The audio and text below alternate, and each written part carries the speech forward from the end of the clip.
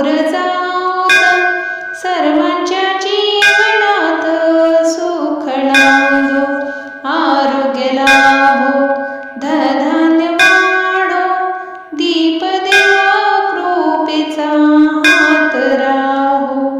दीप पवित्र ज्योती तुझी अखंड तेव आमच्या घरावर